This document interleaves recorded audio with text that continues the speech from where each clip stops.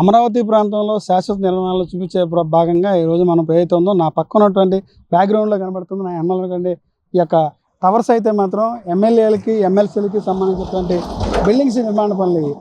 ఈ ప్రాంతం అయితే చూసి ఏదో అమరావతిలో ఏదో జరగట్లేదు, నిర్మాణ పనులు జరగలేదని ప్రచారం చేసే వాళ్ళకి నేను చూపించేది ఒక ఉదాహరణ అని చెప్పాలి. దాదాపు ఒక్కొక్క కాంప్లెక్స్లో వచ్చి 6 టవర్లు అయితే నిర్మాణం చేశారు.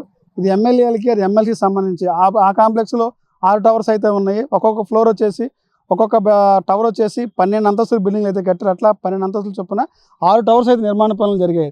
అది ఎమ్మెల్యేలకు సంబంధించి 20 టవర్స్. అది ఎగ్జాక్ట్లీ ఆ లొకేషన్ చెప్పాలంటే సిడి యాక్సెస్ రోడ్డుకి పక్కనే ఉన్నటువంటి ప్రాంతం ఏదైతే ఉందో సిఆర్డీఏ రోడ్లో అలా కరకట్ట సిఆర్డీఏ రోడ్లో వచ్చిన తర్వాత ఏదైతే ఉందో వెంకటేశ్వర స్వామి దేవాలయం దాటిన తర్వాత ఫ్లైఓవర్ దాటిన తర్వాత కాస్త ముందుకు వస్తూ ఉంటే సిఆర్డీఏ కార్యాలయం ఉంటుంది.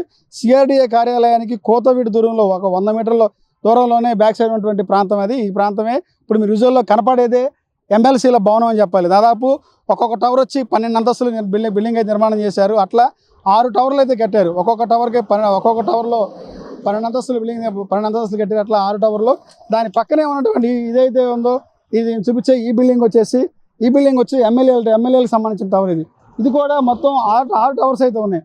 ఒక్కొక్క టవర్కి వచ్చేసి 12 అంతస్తులు అయితే బిల్డింగ్ అయితే ఉన్నాయి. ఒక్కొక్క టవర్లు వచ్చి 12 అంతస్తులు దాదాపు వచ్చి ఇందులో 6 టవర్లు, అందులో 6 టవర్లు 12 టవర్లు. 12 టవర్లు అంటే ఒక్కొక్క టవర్లోకి వచ్చేసి 12 అంతస్తులు నిర్మాణ పనులు జరిగాయి. ఈ బిల్డింగ్లు చూస్తే మీరు ఏదో ప్రాంతంలో చూపిస్తారనుకోవచ్చు. కానీ నేనున్నది అమరావతి ప్రాంతంలోనే, రాయపూడి ప్రాంతంలో సిడి యాక్సెస్ రోడ్డుకి పక్కనే ఉన్నటువంటి ప్రదేశమే ఈ ఎమ్మెల్సీల క్వార్టర్స్. శాశ్వత నిర్మాణ భవనాల్లో ఈ యొక్క క్వార్టర్స్ కూడా ఒక ఉదాహరణ అని చెప్పాలి. దాదాపు ఈ బిల్డింగ్ నిర్మాణ పనులు దాదాపు ఇప్పటికైతే 90% పనులు అయితే అయిపోయి, ఇంటీరియర్ పనులు అయితే చిన్న ఇంటీరియర్ పనులు ఉన్నాయి. త్వరలోనే ఒక 30 రోజుల కాలంలోని యొక్క ఇంటీరియర్ పనులు పూర్తి స్థాయిలో పనులు అయిపోయిన తర్వాత, నెల రోజులు కంప్లీట్ అయిపోయిన తర్వాత ఎమ్మెల్యేలకు యొక్క క్వార్టర్స్ అయితే కేటాయిస్తామని చెప్పి ఇప్పటికే మంత్రి నారాయణ తెలియడం జరిగింది.